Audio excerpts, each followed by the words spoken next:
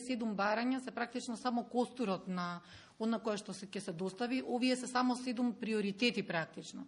Секој од 7 приоритети има поединечни барања кои што произлегуваат од истите по сектори, по региони, генерално кои што треба да се имплементираат, измени на законски решенија, подобрување на ситуациите на состојбите и се она кое што членството, а членството е навистина големо, над 20.000 компании работат, функционираат, имаат своји барања кои што бараат и инсистираат на тоа да бидат послушани и да им бидат имплементирани.